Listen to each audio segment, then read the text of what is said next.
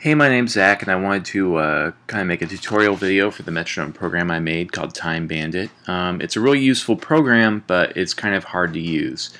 So I wanted to make a video to kind of demonstrate some of the things that it can do and some of the basics of using it. So double click it and it'll open. Now, it takes a little while. You may think it's like not even working, but it will come up. And this is kind of the main interface of the program right here.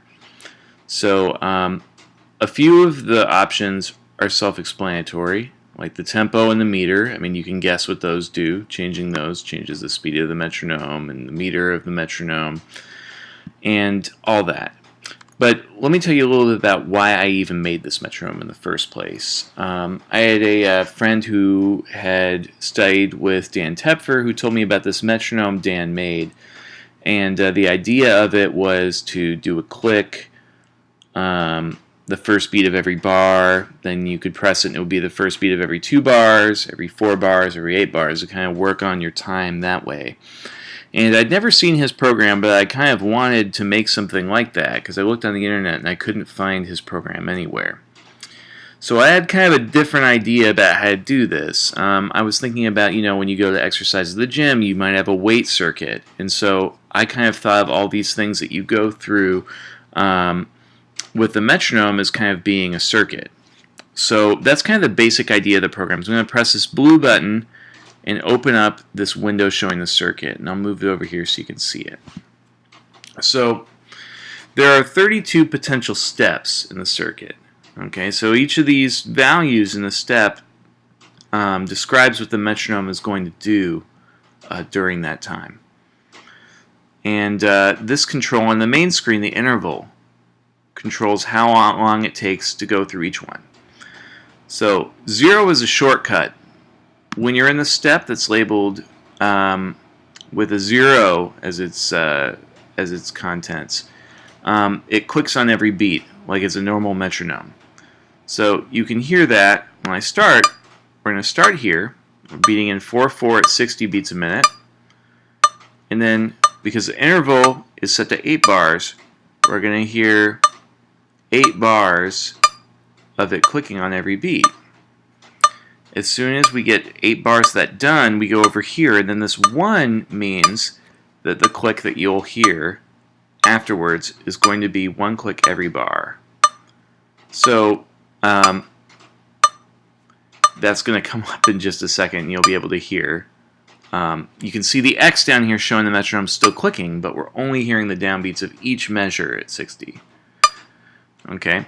Now as this keeps moving, we're going to hear a downbeat every 2 bars, 4 bars, 8 bars, 16 bars, stuff like that.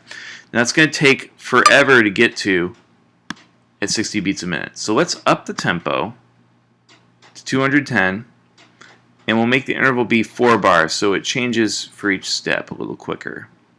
And you'll notice I stopped the metronome and started it. If you change anything, you actually have to start the metronome over again. It's just kind of the way it is. So I'm going to start it again. You'll hear 4 bars of a click every beat. Hear a click every bar. Then we're going to hear a click every 2 bars. Click every 4 bars. And a click every 8 bars. So this is kind of predictable, and I can change any of these things. So let's say I don't want it to start like this. I want it to start by giving me a click every 1 bar. Then I want to hear a click every beat. Then I want it to really test me by doing 4 bars by themselves, and then go back to giving me every beat. I can totally do that here. Now let's say I only want to do these 4 things. You'll notice this step is yellow, and that's because it doesn't go through all 32 of these things. It loops through however long you want. So I'm going to move this control over here for last step and move it to step 4. So now when I run the metronome, it's only going to loop through these 4 steps right here. Step 1, step 2, steps 3, and step 4. But I want a little bit of leeway because I want to be able to press the button to start and then get down to my instrument. So I'm going to add a count off. I'm going to go over to this count off control and add a 2-bar count off here.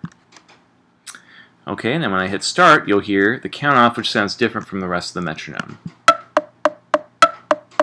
Then here we are. here in full bars. Then 0 means we hear every beat. And every 4 bars. Then every beat one more time. And then we go back to the beginning. Okay, so that's pretty cool. I'm actually going to change something here. So we're going to move the tempo down a little bit to 120 for this next part. Okay, so now I've created kind of a weird thing here where you don't necessarily need to put whole numbers in here. You can actually put integers. So each of these numbers is the number of bars the click will be happening. So if I put 0.5, that means every half bar I'll hear a click. So as you'd probably guess, I'm going to hear a click every 2 beats in 4/4. So here's the count off, and then here we are. Click, click, click, click, in that step. Okay, so you'll notice that this changes if I change the meter. So if I let's say we're going to be in 6 right now. Without changing anything, this will all of a sudden be every 3 beats, because it's always going to be half of however many bars it's going to be. Okay, now let's say we want triplets or something like that. Well, that's going to be a little bit tough, because like if I go in here and I type 0.33333 or whatever and try to repeat it, it's not going to be accurate enough. It's going to eventually get off. That's just a weird quirk. So I've made kind of a shorthand to do these kinds of things. So if you type a negative number, it divides that bar evenly into that many parts. So this is going to divide that bar of 4/4 into 3 parts. It's going to be like half note triplets, basically. So we can hear it.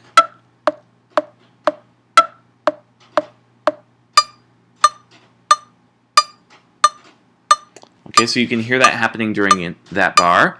And as soon as we get to step 2, you can hear in comparison the quarter notes. So this can actually be really, really useful to do, because like let's say we're practicing in 3/4. And then we want to hear things divided into every beat. And then we want to hear things divided with 4 over the 3. And stuff like that. And then we want to hear subdivisions of 6 inside every bar. And then let's say we're getting really out there and we want to hear 5 over that. Well, that's very easy to do. And we'll hear in our 3/4 bars 2, 3, 4. And we're going to hear ba ba ba ba ba. Here's our 6.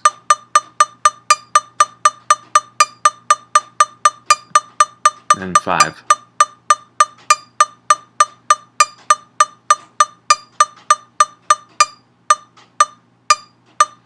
So if you don't see how this is immediately useful, these tools probably aren't for you. But depending on what you like to do with a metronome and what you're interested in musically, this can actually be pretty surprising, because most metronomes won't let you do things like this. So it's pretty cool, and I like that a lot.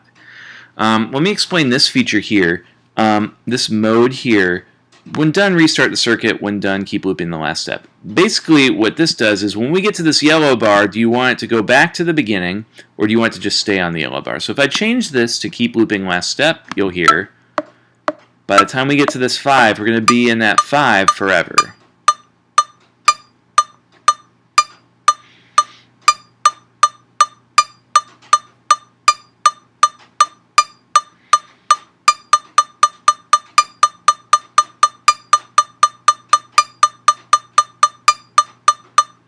Okay, and now we're here for good. You'll hear even after it happens 4 times for 4 bars, it's going to be going on forever.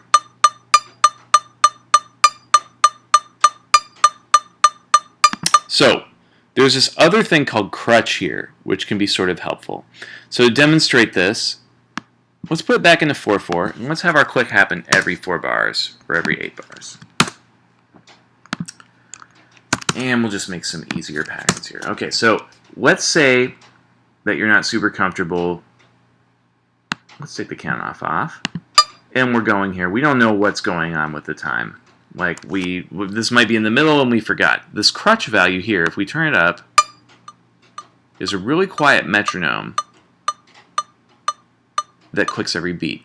So if you ever get lost, or maybe you even want that just very, very lightly in your ears while you're doing one of these exercises, especially if you're doing something that uses a weird, subdivision like 5 over it or something like that, you can use the crutch to hear the way it should sound. You'll also notice here, depending on what you like, we've got some options. So for instance, I can make the click a bass drum and the downbeat a snare, or maybe even a bongo, and you'll hear the difference.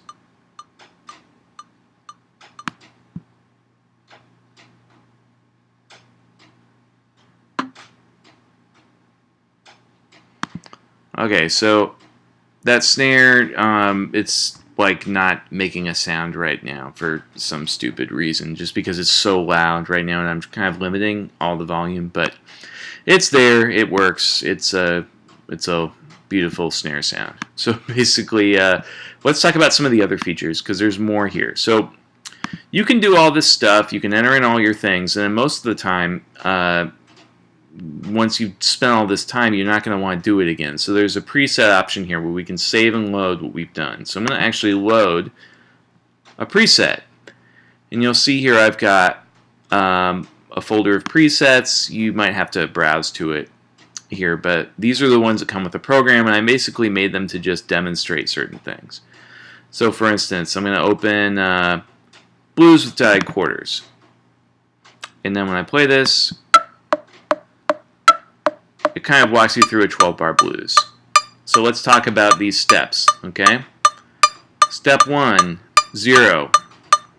As we talked about before, that makes a click every single beat. Step 2, 3. That means we're going to get a click every 3 bars. So that's what we're in right now. And it's still keeping the form of a 12-bar blues, as you can see from the interval here of 12 bars, but the click's going to be every 3 bars.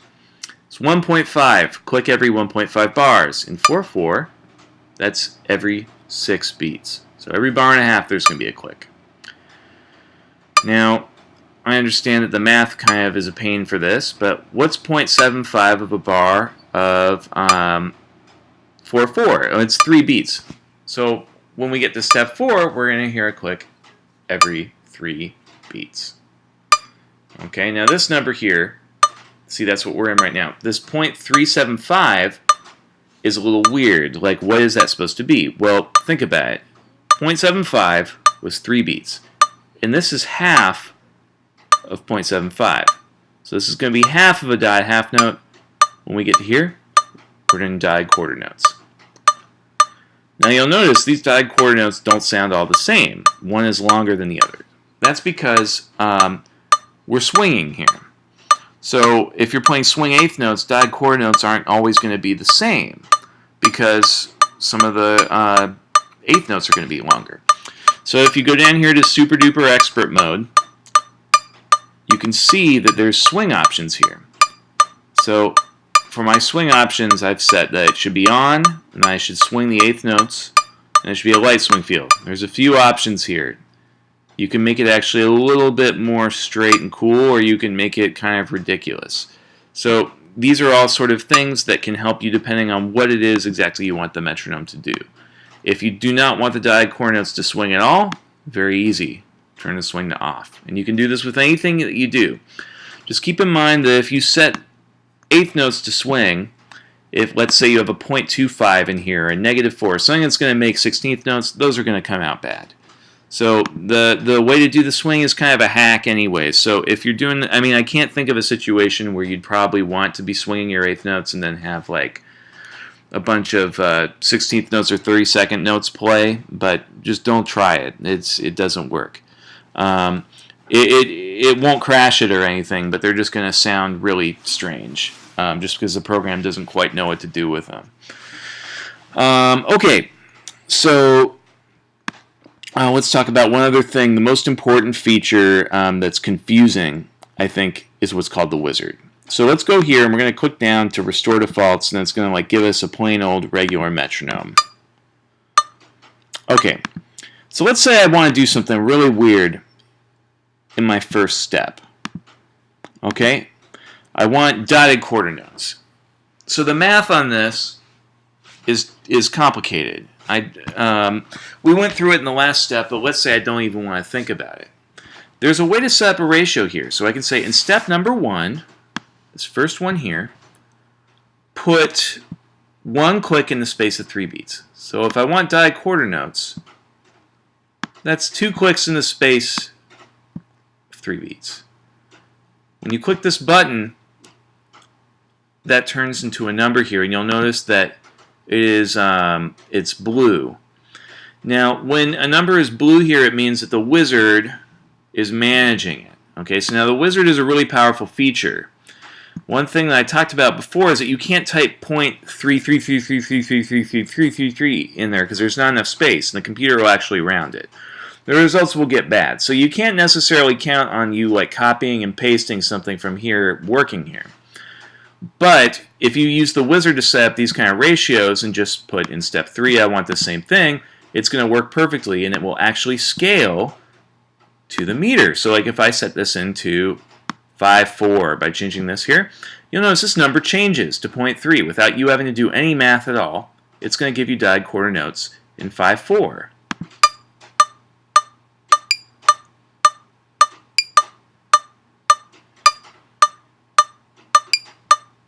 So that's pretty cool. You can do all kinds of weird things that possibly might sound weird or make it really hard to play. Like, I mean, you can do this. You can say, okay, in my bar of 5/4, I want 3 clicks in the space of 4, and then, make some crazy number here, and then hit start. Now, if I turn up the crutch, you can kind of hear what's going on here. It sounds pretty cool, but if I go here and I see, okay, it looks like 0.267. If I do this over here and just type it in without the wizard, those are not going to sound quite the same. And you might not notice it at a faster tempo, but at a slow tempo, it's definitely going to be noticeable because I'm not paying enough attention here to really notice, but what will happen is if you put .33333 here, and then you have the wizard doing it over here, .33333 is going to get rounded off, and it's going to be smaller than the wizard's value that the computer knows is a repeating number. So this, if you do it at a slow enough tempo, this will sound slower than that one, or potentially faster. So I know this is confusing. Just don't mess with it. Use the wizard to do things like that. If you see .267, don't type it in here. Just get the wizard back up and make that value again. If you save the presets, every value that you've used the wizard for will come back.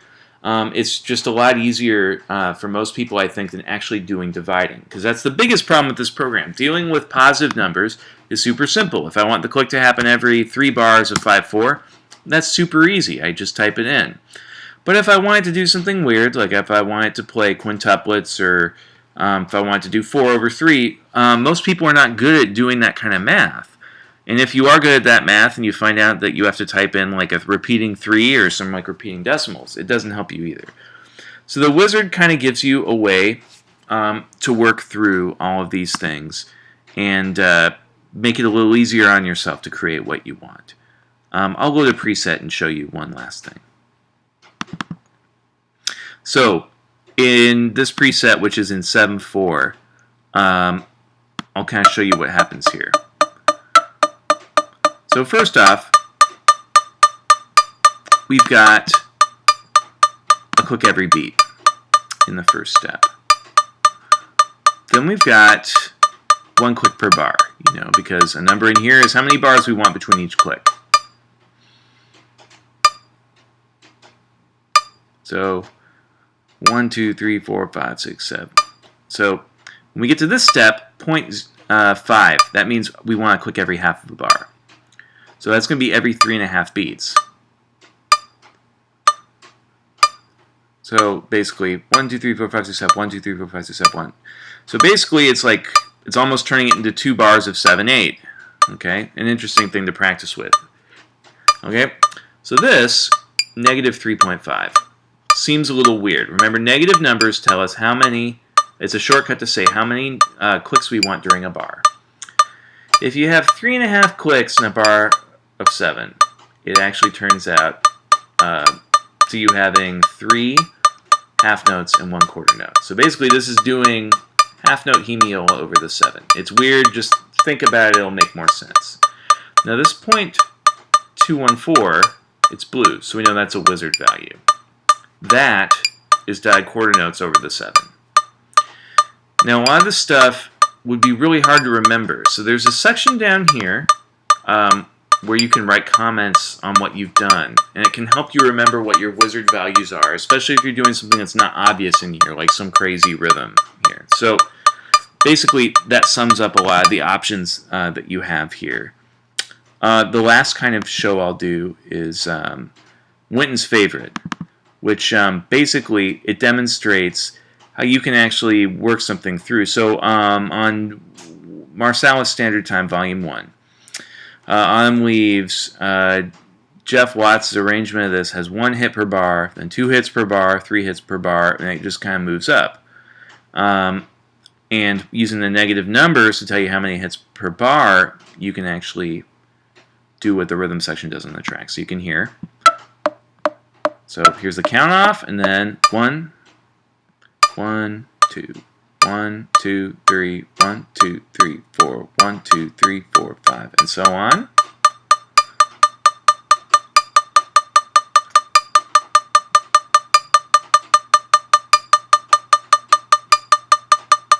One, two, three, four, five, six. 1, 2, 3, 4. 1, 2, 3, 1, 2.